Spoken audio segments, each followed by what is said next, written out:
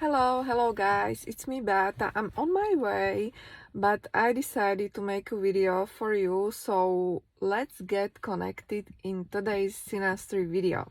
So for those who are new here, hello, welcome. My name is Beata. I am from Horoscopes and Readings.com and I am your astrologer. So I've been thinking about what to do next, okay? As what aspect is now important to look at in Synastry, because I know that we all love Synastry, we all love relationship readings. I decided to make a video about aspect which is called Saturn square Mercury in Synastry. So, I mean, I have some experiences with this aspect, and let me tell you this. Obviously, this is going to be different for pretty much everybody, because especially this one depends on some of the questions. So, for instance, I have Virgo rising. That means that Mercury is really important in my chart. So whoever or whatever touches my Mercury, I feel it really strongly. So yeah, I had this one with someone like a year ago, and I was very much aware that now we are having this square in our synastry, and yes, I felt criticized. I felt like he has been constantly, pointing finger on me, and somehow nothing was good enough. Okay, so I will say this. You still have to go back to your birth chart and see how important is Mercury there. Obviously, Mercury is our mind, Mercury is our communication, Mercury is our rational thinking. So we all do that, right? So that's why Mercury is important. But if you have Virgo rising or Gemini rising, or I don't know, Mercury in the first or Mercury in the first, seventh, 10th house or 4th house, this can be especially important for you. Now, I don't want to say that you really cannot live with this aspect, because you certainly do, okay? You certainly do, because we have, of course, much more challenging aspects in our relationship astrology. So you can definitely feel this one, especially if it is like below 5 degrees. You will feel the effect, because still it's square, and I'm pretty sure that you hear me saying this over and over again, that if there is really that orb under 5 degrees or less, you will feel this especially strongly. So yeah, Saturn person is the one who will give the energy of Saturn. In this case, it's gonna be square. And tricky part with square is that we don't feel square immediately, okay? So we just don't feel like someone is being harsh or with their words. We don't feel that, because Saturn squares are, from my experience, especially slow, okay? Because Saturn in its core is like slowly moving planet, and Saturn is all cold, and in combination with square, you really have to know that person a little bit well, and only then a Saturn person will reveal his or her cards, okay? So yeah, get ready to get criticized for your opinions, because Saturn knows better, okay? That's why a Saturn person can actually think that Mercury's person's ideas, opinions, even career is somehow immature, somehow childish, and somehow not enough, okay? Because everything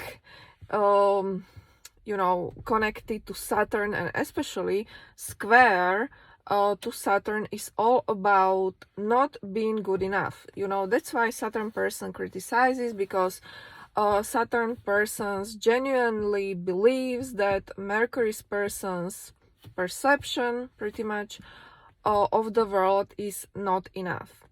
So Saturn person will give the energy of Saturn, very cold energy, and can actually, all difficult Saturn contacts can damage your confidence, because yeah, that's the way it is. But if you're a Mercury person,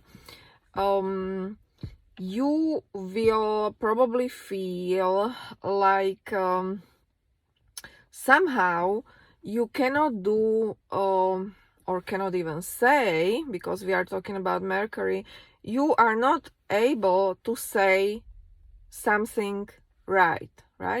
There is always something wrong with your expression, with the way even you carry yourself, especially if you have Mercury as rising sign. But the problem with this one is that Mercury person can eventually start withdrawing, and will not share his or her opinions and ideas with Saturn person, because it's just difficult, and Mercury person can actually start avoiding a Saturn person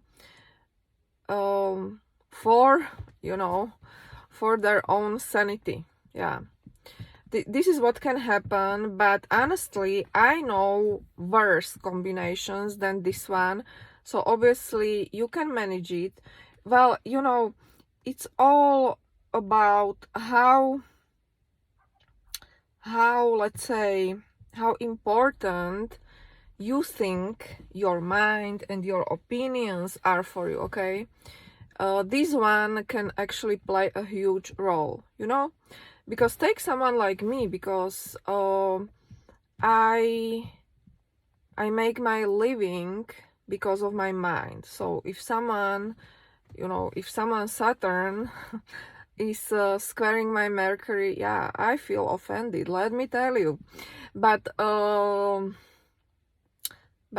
if you are the person, who doesn't mind, or who is not so, who doesn't feel easily offended, because you don't care so much about your opinions, or if you feel like you really don't have to, you really don't have a lot to share, like your opinions with people, because you don't believe in yourself and in your mind in the first place, then yeah, Saturn person will come across as someone who will just confirm your bad beliefs about you.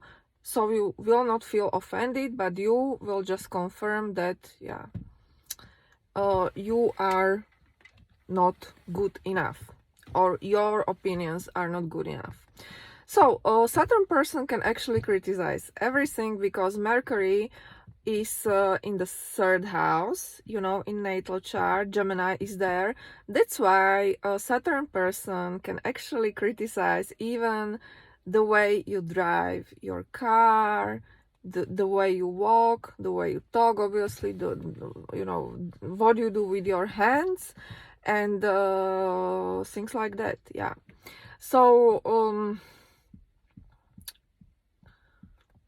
if you have, and you know that I don't do this, because I really don't believe that you can, outwit difficult contacts in Synastry. But if you have some supportive aspects to this one, and if this aspect is not very tight, then I will say that you can overcome it. Okay, you can overcome it, and over time you can, or you will be able to actually